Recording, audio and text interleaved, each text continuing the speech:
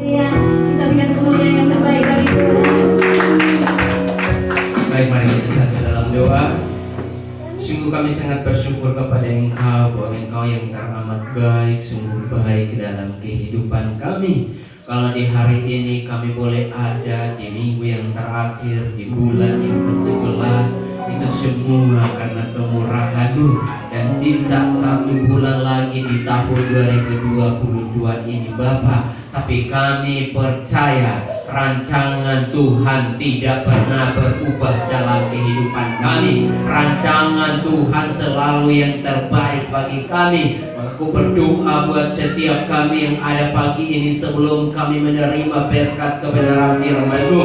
Hamba berdoa apapun yang mereka gumuli selama ini, apapun yang mereka doakan selama ini, dan kalau sampai hari ini mereka belum menerima jawaban, hamba-Mu katakan bahwa tetap janji Tuhan tidak akan pernah berubah, dan itu akan jadi bagi mereka. Terima kasih Tuhan, mari Engkau berkati kami semua ada pada pagi hari ini di tempat ini. Biarlah sukacita melimpah atas kami dalam menerima berkat kebenaran firman Tuhan. Masalah intimidasi apapun tidak dapat menghambat kami untuk menerima firman Tuhan. Hati yang terbuka biarlah ada pada setiap kami untuk menerima firman Tuhan dengan sukacita. Dalam nama Yesus kami bersyukur kepada Engkau Allah yang hidup dan yang berkuasa. Haleluya. Mari kita sama-sama katakan amin. Haleluya. Misi Kristus. Amin. Sungguh luar biasa Tuhan kita saudara. Jadi mari tidak terasa lagi kita akan mengakhiri tahun 2022. Amin. Dan banyak hal saya percaya untuk dari Januari sampai di bulan seperti ini saudara penuh dengan perjuangan, tapi saudara masih ada itu karena anugerah Tuhan. Kita masih ada karena anugerah Tuhan. Kenapa kita masih ada? Karena ada janji Tuhan yang masih Tuhan mau perbuat bagi setiap kita. Karena itu jangan pernah berputus asa, jangan pernah kecewa. Ayo tetap semangat, tetap mendekatkan diri kita kepada Tuhan. Percaya, tetap yang terbaik dari Tuhan pasti Tuhan kerjakan bagi setiap kita. Amin. Saya untuk dalam tahun ini banyak mukjizat yang saya rasakan dalam hidup saya. Yang pertama dalam pergumulan saya itu memperoleh keturunan. Dalam tahun ini juga Tuhan jawab, bulan 2 kemarin sudah lahir keturunan ilahi untuk kami. Dan tahun ini juga saya sangat bersyukur karena saya dipertemukan dengan hamba-hamba Tuhan yang luar biasa. Bagi saya bertemu dengan hamba Tuhan yang luar biasa itu tidak secara kebetulan. Tahun ini ada 2 hamba Tuhan yang saya jumpai. Kalau bulan berapa ya ketemu Ibu Kristiani? Ibu Heni, ya Ibu Heni Kristiani. Antara bulan 4 atau bulan 5 itu. Dan minggu kemarin jumpai dengan Bapak Paulus Wiratno. Sangat luar biasa saudara. Saya sangat diberkati melalui setiap perkataan-perkataan firman Tuhan yang mereka sampaikan. Dan sangat luar biasa bahwa berkat Tuhan sebenarnya selalu ada sama kita, tapi kita sendiri yang tidak sadar akan berkat Tuhan, sehingga kebanyakan kita kecewa, bersungut-sungut dan putus asa. Tapi saya mau katakan Tuhan selalu ada bersama kita. Baik, kita langsung saja firman Tuhan di dalam Yeremia. Masih tetap sama ya.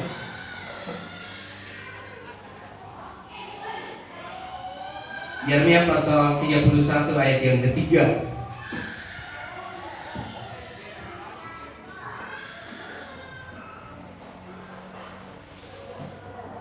Kita baca sama-sama. Masih tetap bersambung. 1, 2, 3.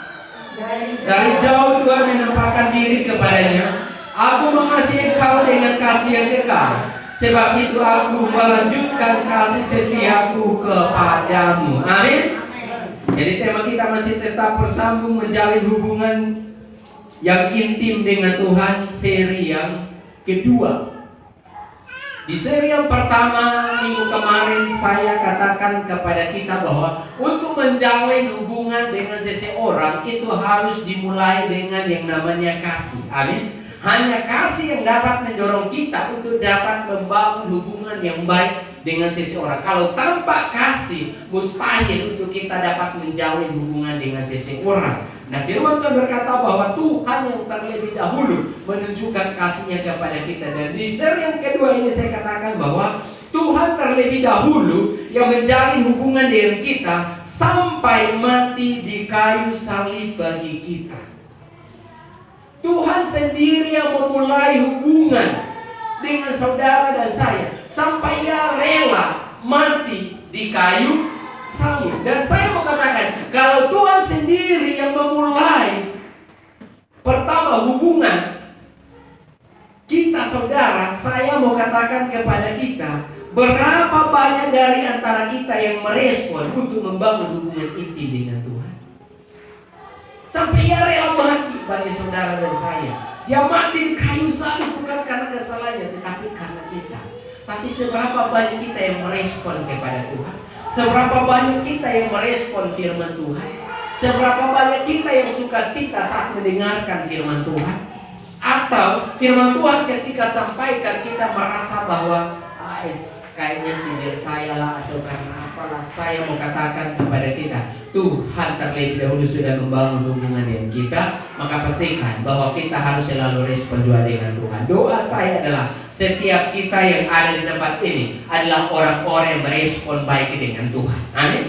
Adalah orang-orang yang selalu merespon baik dengan kebenaran firman Tuhan, yang mau melakukan kebenaran firman Tuhan, karena Tuhan sendiri sudah menjalin hubungan baik dengan kita sampai Ia mati di kayu salib. Saudara dan saya adalah orang-orang yang harus sudah binasa, tapi kalau sampai hari ini kita ada karena Tuhan mengasihi saudara dan saya. Mari kita mengasihi Tuhan dengan sungguh-sungguh. Amin. Mari kita mengasihi Tuhan dengan sungguh-sungguh. Jadi kalau untuk menjalin hubungan yang intim dengan Tuhan, saudara, poin yang pertama saya katakan begini, pengenalan akan Tuhan. Harus dimulai dengan pengenalan akan Tuhan. Ketika saudara mengenal Tuhan dengan sungguh-sungguh, saudara akan semakin menjalin hubungan yang baik dengan Tuhan. Amin. Saudara mau menjalin hubungan dengan seseorang saja, yang pertama saudara lakukan adalah harus kenal Dia. Tidak mungkin saudara menjalin hubungan dengan seseorang tanpa saudara mengenal pribadinya. Tapi ketika saudara sudah mengenal pribadinya, saudara akan begitu mudah untuk menjalin hubungan dengan Dia karena saudara sudah kenal Dia. Amin. Jadi saya mau katakan bahwa kenali Tuhan. Orang yang menjalin hubungan dengan Tuhan, poin yang pertama dia harus kenal Tuhan.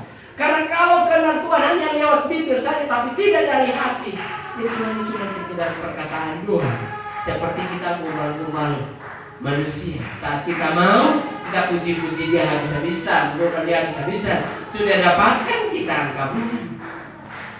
Itu Tuhan tidak seperti itu. Coba kita baca di dalam Hosea pasal 6 ayat 3. Hosea pasal 6 ayat 3. Mari kita baca sama-sama.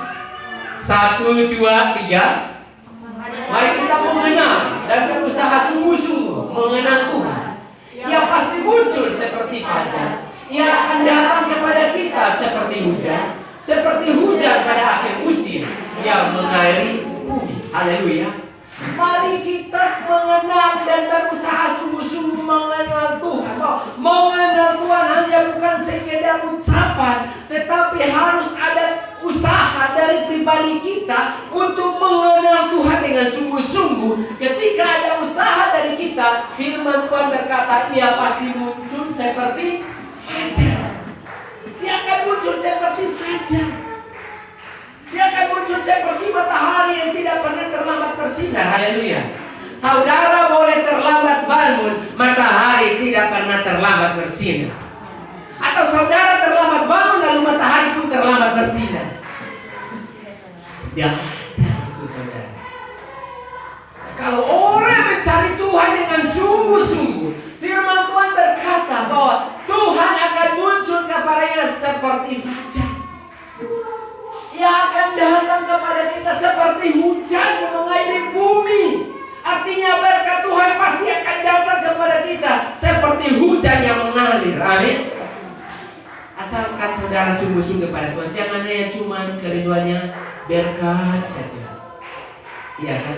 maunya berkat saja, tapi tidak sungguh-sungguh sama Tuhan. Kalau kemarin Pak Paulus tadi berkata begini, kita harus tahu sumbernya. Dan dia berkata bahwa supaya mau diberkati, ayo milikilah hati yang suka memberi. Banyak orang mau diberkati, tapi dia pelitnya minta ampun. Jangankan memberi apa yang ada pada dia, ketemu orang dia mau senyum saja sudah susah. Pak Paulus berkata bahwa orang seperti ini sesungguhnya dia sudah setengah hidup ini, perlu ditolong.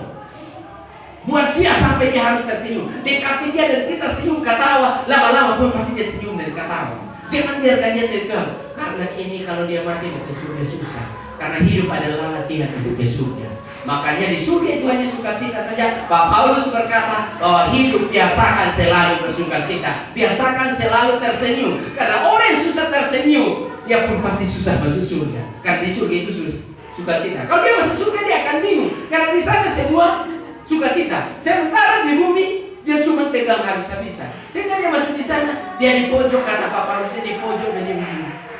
Ini hira, saya masuk sana. Lalu dia tanya malaikat, adakah tempat yang lain? Kayaknya di sini saya tidak nyaman. Langsung malaikat berkata, ada, ikut saya. Langsung dilemparkan. Kenapa susah senyum? Saya melihat saudara adalah orang-orang yang bersenyum. Haleluya. Kenapa Pak Paulus berkata kenapa orang tidak mau senyum? Karena itu orang belit. Dia berkata begini, dia berpikir bahwa saat dia senyum nanti orang datang minta uang sama dia mengalir, makanya dia tidak mau senyum. Orang itu minta sesuatu daripada dia, makanya dia tidak mau senyum. Senyum saja. Haleluya. Walaupun tidak ada uang, senyum saja. Karena hidup kita bukan bergantung pada uang. Percaya berkat Tuhan terus ada untuk kita. Amin. Kalau saya mau pikir secara manusia, mungkin saya sudah ditinggalkan pelayan. Tapi kalau sampai hari ini saya masih ada, itu semua karena kasih Tuhan. Walaupun COVID begitu melanda, kontrakan rumah tidak berlancar. Itu hanya karena kemurahan Tuhan. Jadi mari, sungguh-sungguhlah kita mencari Tuhan. Amin. Bahwa seperti ada peribahasa berkata bila begini, tak kenal maka tak sayang. Tapi kalau kenal maka akan semakin. Bagaimana kita mau sayang Tuhan kalau Tuhan sendiri kita tidak kenal dengan sungguh-sungguh? Tapi semakin kita kenal dia dengan sungguh-sungguh, kita semakin sayang sama dia sungguh-sungguh. Amin. Walaupun kadang disayang itu yang kita tidak jadi masalah. Amin. Tidak jadi masalah. Karena apa? Kita mengasihi bukan karena supaya kita dapat balasan dari dia. Kita mengasihi dia karena kita, sang pemilik kita adalah Yesus. Kalau kita melakukannya, Yesus akan membalaskannya bagi kita. Amin. Jadi kita tidak perlu balasan dari orang itu. Karena kita tahu bahwa balasan kita cuma dari Tuhan. Jadi mari kita terjadi belajar untuk kenal Tuhan dengan sungguh-sungguh. Bahwa dalam menjalin hubungan yang intim dengan Tuhan membutuhkan saya mau katakan bahwa membutuhkan yang namanya pengenalan yang sungguh-sungguh akan Tuhan. Bahwa pengenalan akan Tuhan harus diusahakan sungguh-sungguh. Kalau kita tidak diusahakan tidak bisa, saudara. Harus diusahakan. Amin. Sama juga seperti seseorang kalau mengenal seseorang, dia harus berusaha untuk dekati untuk bisa mengenal. Betul tidak? Contohnya anak muda ya, dia itu saya mau dekati bisa mengenal. Dia akan berusaha keluar jalan, dekati dia di sini. Kakak, mau kemana? Sendiri kok. Boleh kenalan kok kakak? Oh boleh. Nama siapa Nama Ani. Oh nama Ani. Kalau saya nama Bayu. Oh ya, tinggal di mana? Kerja di mana? Mulai pengenalan. Ya kan? Harus dikenal, baru bisa mulai percakapan. Dimulai dari pengenalan, percakapan baru bisa sedalam-dalamnya percakapan yang baik. Begitupun kita dengan Tuhan, kita harus usahakan yang sungguh-sungguh untuk mengenal Tuhan. Amin. Bahwa kita harus kenal Tuhan dengan sungguh. Bagaimana kita mengenal Tuhan dengan sungguh-sungguh? Selalu membaca firman Tuhan. Haleluya. Selalu mendengarkan firman Tuhan. Kalau kita selalu baca dan mendengarkan firman Tuhan, di situ pasti kita akan mengenal Tuhan dengan sungguh-sungguh. Bahwa yang pertama kali kita lakukan adalah harus membaca firman Tuhan setiap hari, mengingat kita akan kenal Tuhan. Coba kita baca Yohanes 1 ayat 1.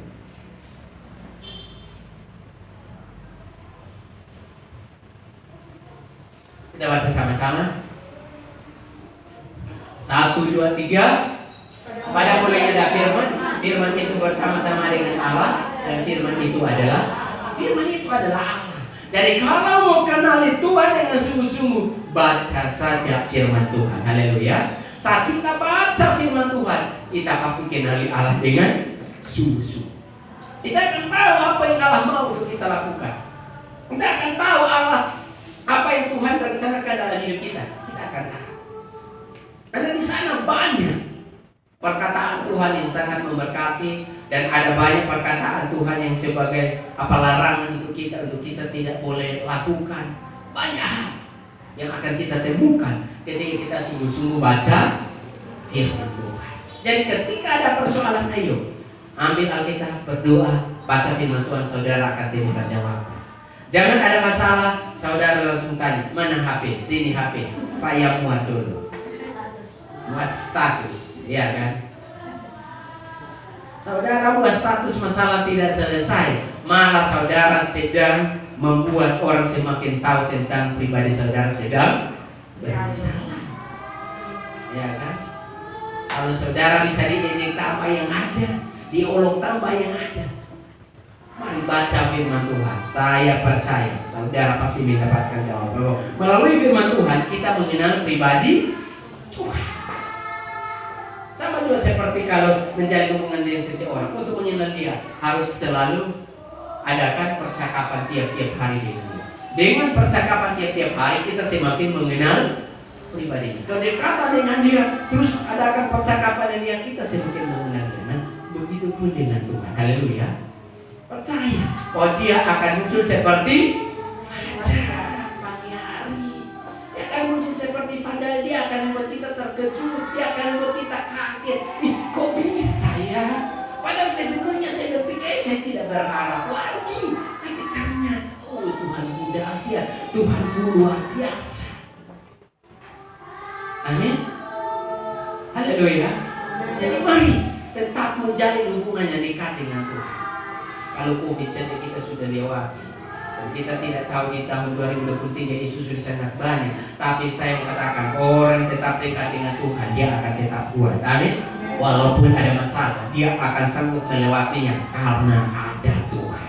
Jadi saya mengatakan mau menjalin hubungan dengan Tuhan, poin yang pertama pastikan kau kenal Tuhan dengan sungguh-sungguh. Amin. Kenal Tuhan dengan sungguh-sungguh.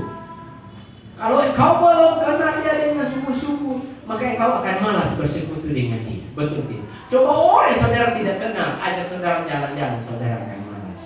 Orang yang saudara tidak kenal, telepon saudara, dia ngomong panjang lebar, saudara akan berkata, siapa kau ini? Langsung saudara mati. Ayah tidak kenal pun dia mau cerita tentang segala macam sesuatu.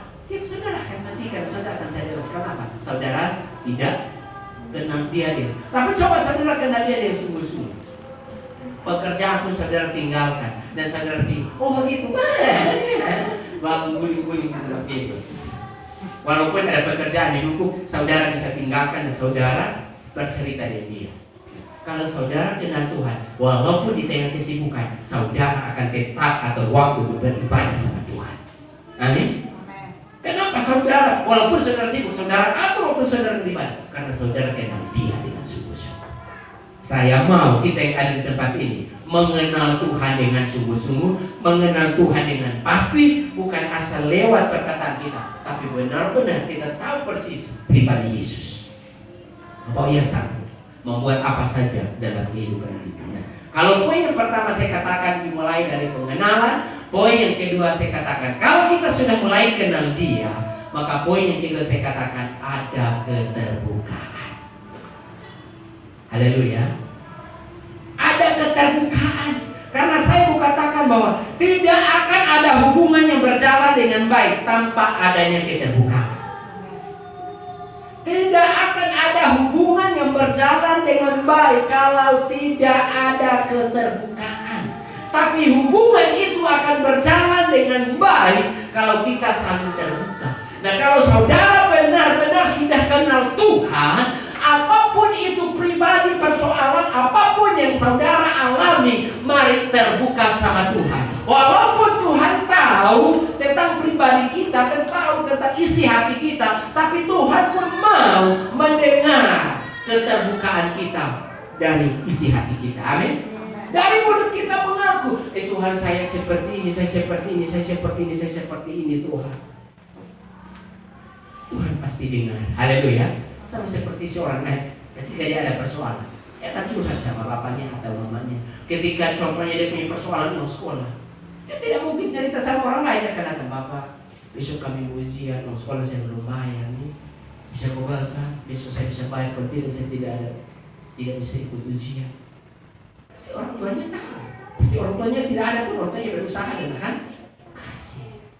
Keterbukaan itu perlu. Walaupun kita punya anak yang sekolah, kalau dia tidak punya buku tulis pulpen apa, dia akan terbuka. Buku saya habis, buku saya habis, besok saya mau beli. Maka orang tuanya pasti akan kasih. Apapun pergumulan kita, mari terbuka sama Tuhan. Haleluya. Karena saya mau katakan bahwa dalam menjalin hubungan yang intim dengan Tuhan membutuhkan keterbukaan, maka kita akan menerima yang namanya pengampunan. Kalau saudara tidak terbuka sama Tuhan, bagaimana kita mau menerima pengampunan daripada Tuhan? Kita harus terbuka sama Tuhan tentang kesalahan apa yang kita perbuat, tentang kejahatan apa yang kita perbuat. Walaupun Tuhan tahu, Tuhan mau kita terbuka sama Dia. Tuhan, saya minta ampun di hadapan-Mu. Saya sudah lakukan ini walaupun tidak sesuai dengan kehendak-Mu, Tuhan. Saya minta ampun, ampuni saya, pulihkan saya, Tuhan. Di situ saudara akan menerima pengampunan. Haleluya. Kalau ada keterbukaan, pasti ada pengampunan. Karena saya mau katakan bahwa karena hanya Tuhan saja yang bersedia menerima kita yang berdosa ini. Haleluya. Hanya Tuhan saja yang bersedia menerima kita yang orang-orang berdosa ini. Makanya kita harus terbuka sama Tuhan. Karena kalau kita tidak ada keterbukaan, tidak akan ada pengampunan. Makanya orang yang tidak berani mengakui kesalahan, Tuhan tidak mengampuni. Walaupun Yesus sudah mati bagi kita. Tapi kalau kita tidak mengakui, karena Dia berkata dalam Roma, dengan mulut mengaku dan hati kita percaya, maka kita akan kita diselamatkan. Berarti tanpa ada pengakuan dari pribadi kita, pasti tidak ada pengakuan. Maka kalau kita sudah kenal Tuhan, maka kita harus terbuka sama Tuhan. Karena Tuhanlah yang peduli atas hidup kita. Haleluya. Tuhanlah yang peduli atas hidup kita. Saya percaya bahwa dalam kehidupan kita begitu banyak pergumulan yang persoalan. Mari terbuka sama Tuhan. Coba kita baca Kisah 3 ayat 19.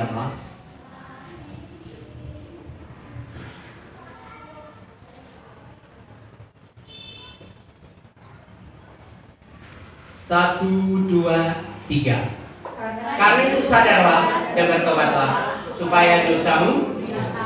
Hanya orang yang sadar dan yang mau bertobat, artinya berbalik, dia terbuka sama Tuhan dan dia meninggalkan masa lalunya, maka dosanya akan dihapuskan.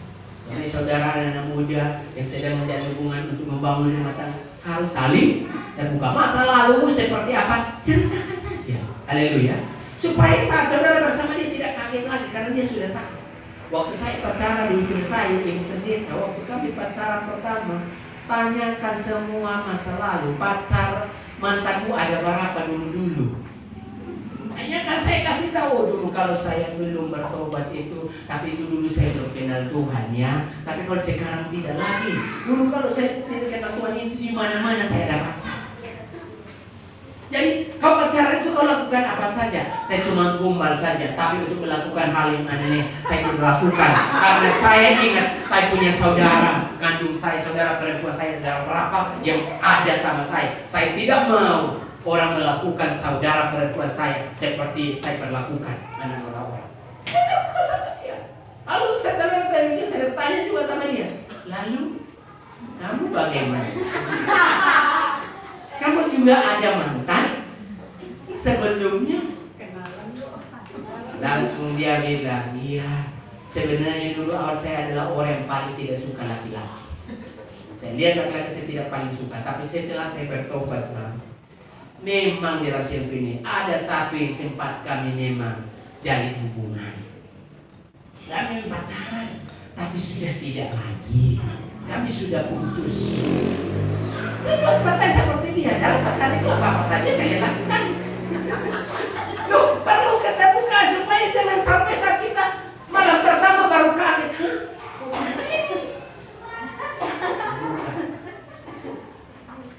Ceritakan, oh iya, tidak apa-apa.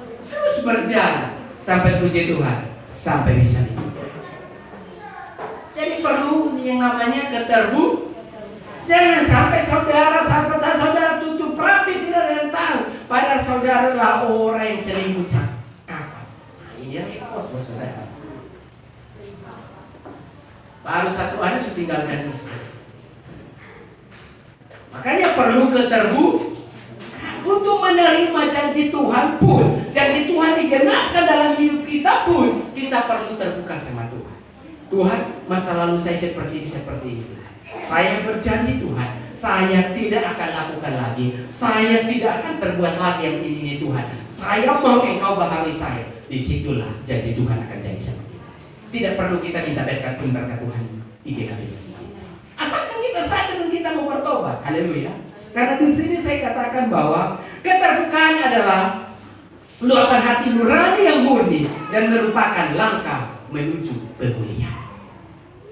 Keterbukaan adalah langkah dari hati nurani yang murni, saudara, dan merupakan langkah menuju kepada kemuliaan. Orang yang terbuka adalah orang yang mau diubahkan.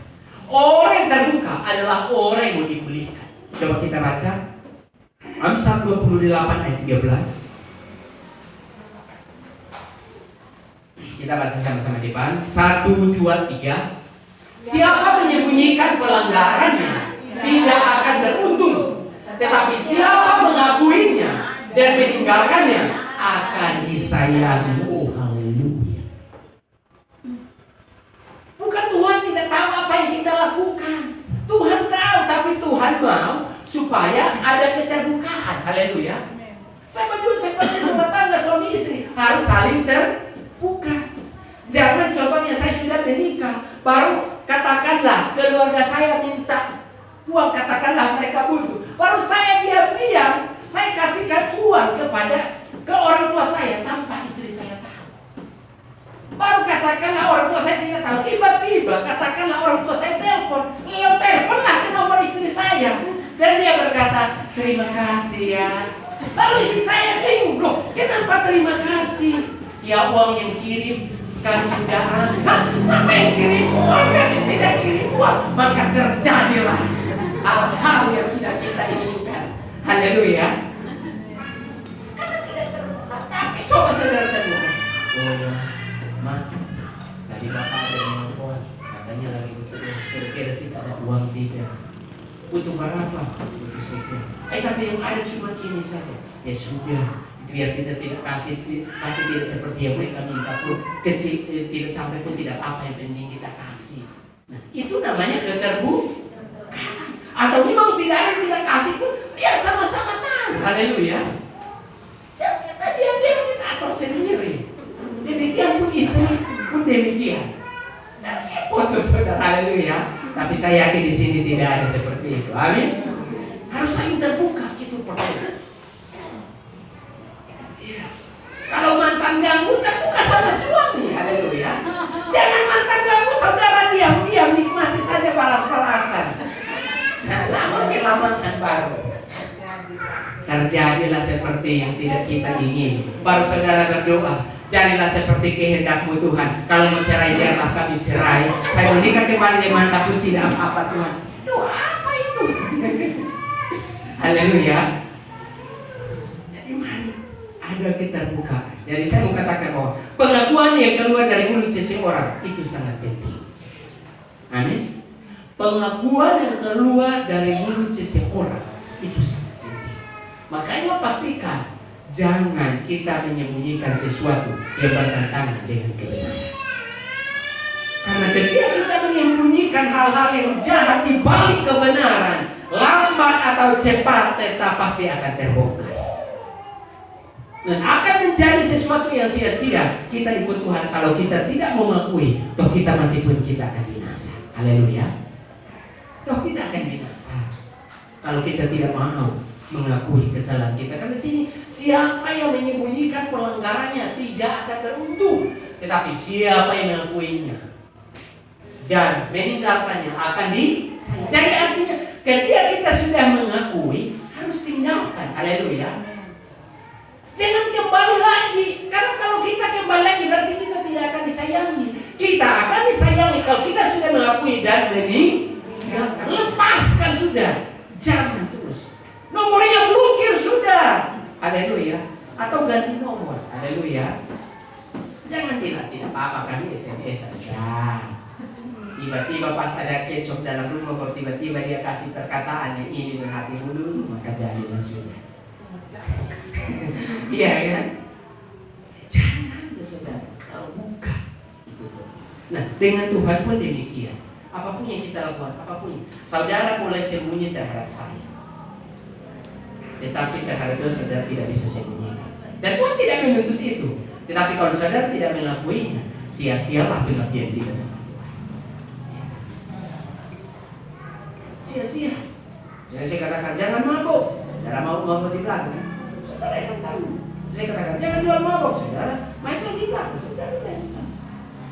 Jangan rokok, saudara rokok di belakang. Atau jangan judi, saudara judi di belakang. Tuhan tidak akan tuntut ke saudara, tetapi tunggu waktunya Tuhan. Tunggu terlalunya Tuhan. Maka saya mengatakan, sebelum terjadi sesuatu, sebaiknya kita sadar dan kita berubah. Haleluya. Sebelum terjadi sesuatu, sebaiknya kita sadar dan kita berubah. Jangan sampai terjadi baru kita kaget dan kita berkata, aduh, kenapa harus begini? Jangan bertanya-tanya kenapa harus begini. Maka saya mengatakan, akui saja. Maka setiap kali kalau masuk dalam hadirat Tuhan jujur, yang pertama saya lakukan adalah saya berdoa minta ampun sama Tuhan. Tuhan, kalau Engkau dapati hari ini ada perkataan saya dan tingkah laku saya tidak sesuai, saya mohon ampun di hadapan. Saya menikmati hadirat Tuhan. Saya tidak mau perbuatan kecil saya yang hari ini saya lakukan membuat saya tidak mengalami hadirat Tuhan. Saya masih mulai terbuka Tuhan. Bersyukur, pertapakan tanda kita pun tahun ini kita sudah dapat. Tuhan sudah mendengar dan menjawab. Haleluya. Tinggal pergumulan saya Tuhan, kami butuh biaya untuk pemisahan dan pengurusan sertifikat Tuhan. Kami butuh lagi untuk perbaikan keyboard atau batu cek rusak. Saya hubungi kawalan di Kuban, kawalan bersyukuri berkata saya bisa ganti Tuhan, dan kawalan kasih tahu setiap oktav itu harganya berapa. Saya hitung-hitung, wow, sekitar 3 juta dalam biaya. Saya katakan Tuhan, saya butuh sekian untuk perbaikan keyboard. Doakan. Buka sama Tuhan. Dan saya percaya saudara pun pasti demikian. Haleluya. Jadi buat anak-anak muda, doakan. Kriterianya seperti apa? Doakan. Haleluya. Saya mau dia rambut lurus Tuhan, saya keriting. Saya mau dia putih Tuhan, karena saya hitam. Saya mau dia tinggi Tuhan, karena saya pendek. Saya mau perbaiki keturunan Tuhan. Loh, saya berdoa demikian dan Tuhan jawab. Walaupun saya berpikir saya bilang mau perbaiki keturunan, anak lahir pun seperti saya tidak apa-apa Tuhan. Ya kan? Tuhan, saya mau perbaiki keturunan Tuhan. Biar paling tidak keturunan saya agak terang. Ini keluar datang seperti saya. Terima kasih Tuhan, yang penting Engkau sudah jawab doa Tuhan. Tuhan kasih sesuai dengan kehendaknya. Amin. Jangan kita ngotot. Jalani saja. Iya, jadi mari saudara. Jadi doakan. Jangan hanya lihat dengan mata langsung sudah jatuh cinta. Bilang ajak lari, saudara pun ikut lari. 1 bulan saudara ini sudah pulangkan saya saja. Orang tua saya jahat, pasti belum terima saya. Jadi mari. Keterbukaan itu penting. Amin. Suami istri saling terbuka itu penting. Dalam hubungan pelayanan kita antara anak Tuhan dengan anak Tuhan perlu terbuka, itu penting. Kita pelayan Tuhan saling terbuka, itu penting. Ketika engkau melihat sesuatu jangan engkau sembunyikan. Kalau engkau sayang pelayanan ini, ketika engkau melihat saudaramu, engkau melakukan sesuatu yang engkau akan datang secara pribadi dan engkau akan menegur atau engkau akan menyampaikannya untuk bagaimana engkau buat dia untuk kembali. Haleluya. Yang penting jangan engkau tidak sampaikan kepada dia, tapi di belakang-belakang baru engkau ngomong. Berdosa tambah yang ada. Haleluya. Jangan. Kau lihat datang, jumpai dia. Kau begini, jangan lagi begini. Ayo mari. Saling terbuka. Atau saudara melihat saya lakukan hal-hal yang tidak baik, saudara saya pula ini datang terbuka sama saya. Pak Pendeta, saya tidak suka seperti ini. Pak Pendeta lakukan begini. Saya tidak suka, saya bunyi seperti ini. Oke, kalau yang kebaikan pelayan silakan. Haleluya. Kan ini bukan pekerjaan saya. Amin.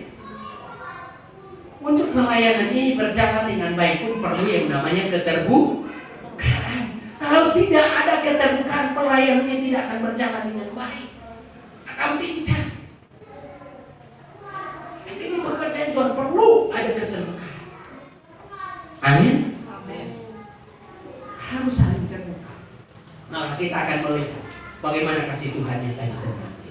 Jadi untuk menjadi orang-orang yang disayangi, mari terbuka. Terbuka dari mulut kita, keluar dari hati mulut kita sendiri. Itu sangat luar biasa. Dan itu yang Tuhan rindukan. Amin. Itu yang Tuhan rindukan. Yang kita suami-suami yang makan masih sembunyi-sembunyi, istri melarat di sana, kita keluar makan bakso sendiri-sendiri. Mari perlu berubah lagi, saudara. Amin. Atau istri-istri pun demikian, suami pergi kerja, dia pakai uang pijakan kiri kanan. Ayo, mari terbuka saja. Terbuka, saling terbuka. Pak, sebentar saya mau keluar jalan, saya mau beli ini, bolehkah? Tidak salah, tuh terbuka saja. Kalau memang dia benar-benar kikir tidak mau baru pasang begini, kalau mau begini, kok saya minta baik-baik lu terima kasih, saya minum saja, minum. Amin. Keterbukaan itu sangat penting karena hubungan itu akan baik kalau ada rumah tangga itu akan sampai maut memisahkan kalau ada keterbukaan. Ya kan? Pak, lu tahu persoalannya Pak? Kenapa? Tadi saya naik ojek, masa ojek bilang, Nona, SMP di mana? Ya sampai tanya, Nona SMP, Nona kuliah di mana? Saudara pun diam-diam tersenyum. Bisa minta nomor kan? Oh bisa. Bolehkah saya antar jemput? Oh bisa. Saudara diam-diam, saya ini bahaya. Terbuka sama suami saudara karena sudah bersuami. Amin. Haleluya. Ya. Jadi saya mau katakan begini. Begitupun dengan Tuhan, kita akan merasa hubungan kita indah dengan Tuhan. Kita akan merasa hubungan kita sangat baik sama Tuhan, dan kita selalu mendapatkan hal-hal baik dengan Tuhan karena kita selalu terbuka dengan Tuhan. Tidak, memang Tuhan tahu, tapi Tuhan mau kita terbuka. Maka ketika kita selalu terbuka sama Tuhan, Tuhan akan selalu sayang sama kita. Dan Dia akan tahu. Coba anak yang selalu terbuka sama orang tua, mau kemana saja orang tuanya tidak akan ragu. Tapi anak yang tidak terbuka, orang tuanya pasti akan ragu. Tapi kalau dia selalu terbuka, tetangga mau ngomong apa, dia akan berkata, saya yang tahu dan saya atau kau yang tahu. Tapi kalau kita sendiri tidak saling terbuka dengan anak, dan tetangga ngomong kita percaya tetangga dan kita tidak percaya anak, jauh lebih rusak lagi. Haleluya. Akan jauh lebih rusak. Maka memang hubungan itu perlu dijaga. Hubungan itu harus baik. Keterbukaan itu perlu sekali. Taruh tangan di dada dan katakan, mulai hari ini saya terbuka. Mulai hari ini saya terbuka. Amin. Amin. Iya, harus belajar untuk saling terbuka. Nah, poin yang pertama pengenalan, dimulai dari pengenalan. Kalau poin yang kedua, kalau sudah ada pengenalan, ada keterbukaan. Nah, kalau sudah ada keterbukaan, poin yang ketiga saya katakan, di situ pasti ada pengorbanan. Tidak ada orang menjalin hubungan tidak ada pengorbanan. Yesus mau menjalin hubungan dengan kita saja, Dia harus korbankan dirinya di kayu salib. Dia harus mati bagi kita. Kalau kita menjalin hubungan dengan seseorang pun, kita harus korbankan waktu kita paling tidak. Tidak mungkin kita menjalin hubungan dengan seseorang. Kita sudah kenal dia, kita sudah terbuka sama dia, tapi kita tidak mengorbankan waktu kita untuk berjumpa dengan dia. Dan ini namanya mustahil. Haleluya. Tapi kalau sudah terbuka dan dia sudah kenal, dia sudah sangat terbuka, dia berkorban apa saja, dia tidak akan ragu. Amin. Saya saja kalau ngomong sama saudara pun saya harus hati-hati. Kadang-kadang kalau saya coplosan, saudara langsung tidak lakukan. Ya kan, contohnya baru mau ke Kupang kan, saya diumumkan bilang mau pakai motor, tiba-tiba tiket muncul. Saya katakan, Tuhan, saya tidak akan berkata lagi demikian, karena saya tidak mau. Iya kan? Saya bilang saya akan pergi dengan anak saya, istri saya sepeda motor. Pulang baru ganti pakaian, bilang ini Pak ada tiket pulang pergi. Saya bilang mungkin apa tadi saya ngomong ya. Tapi saya bersyukur. Kenapa? Karena saudara mengasihi saya. Ini mungkin terbukaan seperti itu ya. Langsung bertarik nafas, langsung sudah muncul mungkin ya. Karena kalau tidak terbuka itu menderita, saudara. Sesak. Nah, kalau orang sudah terbuka ada pengorbanan. Coba kita baca Lukas 21 ayat 1 sampai 4 ini ayat terakhir. Kita akan masuk dalam hadirat Tuhan. Lukas 21 ayat 1 sampai ayat yang keempat. Kita baca satu-satu ayat saja. 1, 2, 3. Ketika Yesus mengangkat mukanya, dia melihat orang-orang kaya pasukan ke dalam peti persembahan. Ia melihat juga seorang janda miskin memasukkan 2 peser ke dalam peti itu. Lalu ia berkata, aku berkata kepadamu, sesungguhnya janda miskin ini memberi lebih banyak daripada semua orang itu. Sebab mereka semua memberi persembahannya dari kelimpahannya, tetapi janda ini memberi dari kekurangannya. Bahkan ia memberi seluruh nafkahnya. Pengorbanan. Kenapa Yesus berkata demikian, bahwa seorang janda rela memberi seluruh uang untuk dipersembahkan bagi Tuhan karena ia mengenal dengan sungguh-sungguh siapa Tuhan. Firman Tuhan berkata bahwa yang ada pada janda itu memang cuma 2 peser itu, dan tidak ada lagi. Dan setelah dia memberi, sama sekali sepeser pun tidak ada lagi, sedikit pun tidak ada lagi sama dia.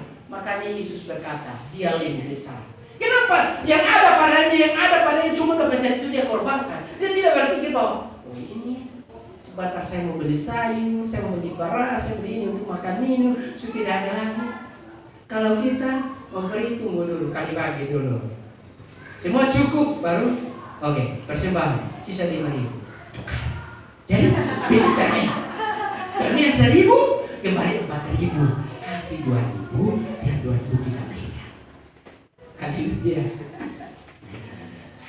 Tapi saya mau katakan kalau ada keterbukaan harus ada pengorbanan. Tanpa pengorbanan pun tidak akan ada hasil yang maksimal. Tapi kalau ada pengorbanan di situ baru pasti ada hasil yang maksimal, ya kan? Baca seperti anak muda kan? Ketika sudah terbuka, kenalan terbuka, menjalin hubungan, bukan hanya korbankan waktu. Bakso mula 8 ayat ke apa semua jadi. Ya kan? Kalau saya dengan istri saya kan jarak jauh ya, antara timur dengan barat, ya kan, NTT dan Medan. Ya untuk jajan susah saudara. Tapi waktu jumpa pertama kali 2015, bila kita makan ya bang, abang yang bayar. Oh iya, saya pikir kita di sini ya makan di warung kecil. Waktu masuk di KFC saya bilang KFC. Saya tarik nafas panjang loh saudara, karena saya tahu uang di dompet berapa. Sementara dia ajak bawa lagi temanya. Tuhan tolong.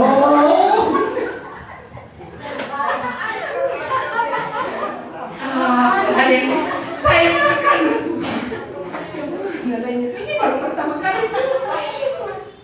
Tapi tiba-tiba nih saudara, ada kenalannya ibu pendeta, bosnya punya anak. Dia pun masuk di kasih itu.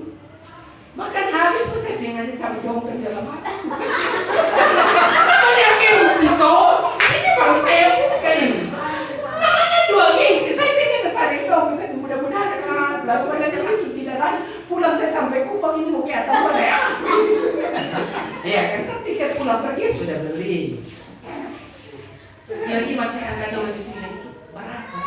Lalu saya bilang, tidak ada teman sudah bayar. Puji Tuhan.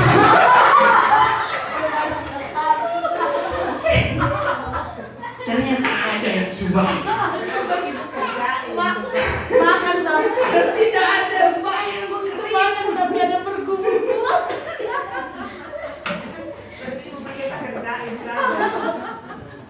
Tapi memang Tuhan melihat ketulusan.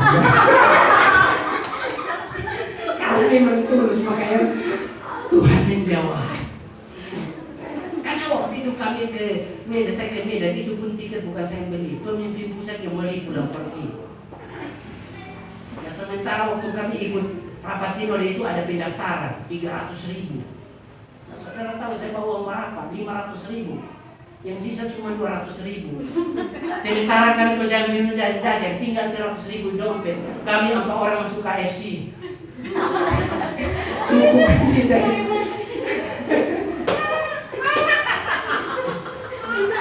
Itu bayangin aja mau telan nasi saja pergumulan. KFC saya nikmati mau beban. Tapi memang Tuhan tolong. Pak makan dan karinya. Tanya istri saya berjumpa pertama kali ajak makan itu di KFC. Saya pikir warung kecil-kecilan ini maksudnya KFC saya yang mau jantungan. Dari situ baru saya tahu orang Medan makan itu warung kecil dan tidak makan, kebanyakan restoran. Mau makan kue saja, kopi saja masuk restoran. Saya dalam hati kalau di NTT kami bangun.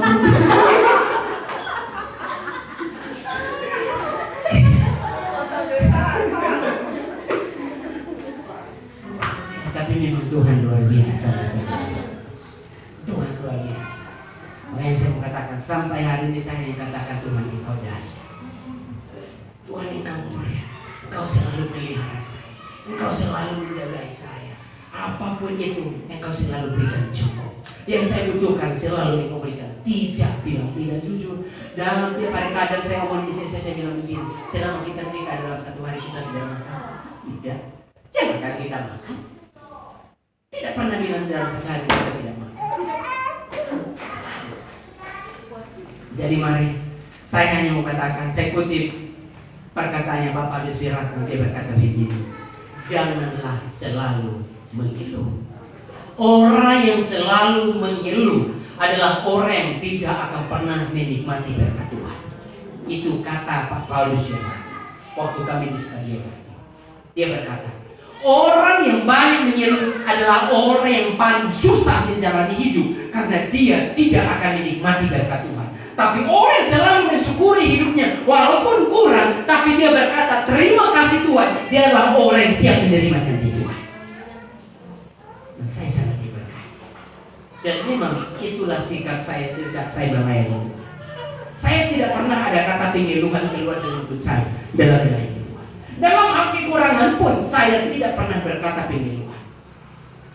Bahkan dulu pernah saya tidak pernah, saya ambil puasa satu hari saya tidak makan, malam saya tidak makan, besoknya langsung ibadah minggu. Waktu sampaikan firman Tuhan saya dengan semangat dan saya singgung itu, ternyata selesai. Ada hamba Tuhan berkata, mari kita ke rumah ya. Lalu makan dia pulang, saya bilang, saya tidak akan singgung lagi masalah makan Tuhan ini. Saya tidak akan singgung lagi. Itu urusannya Tuhan, mau makan tidak makan, urusan itu, tapi saya tidak akan singgung lagi. Karena saya singgung langsung udah makan. Nah kalau saya hamba Tuhan yang tidak tahu diri, kalau saya tiap minggu begitu terus kan yang tidak pengeluhan, tapi saya tidak mau sudah. Karena saya tahu Tuhan pelihara saya. Amin. Jadi saya mengatakan, mari ada keterbukaan. Jadi bahwa orang yang mengalami dan merasakan kasih Allah yang besar dalam hidupnya akan mudah berkorban. Amin.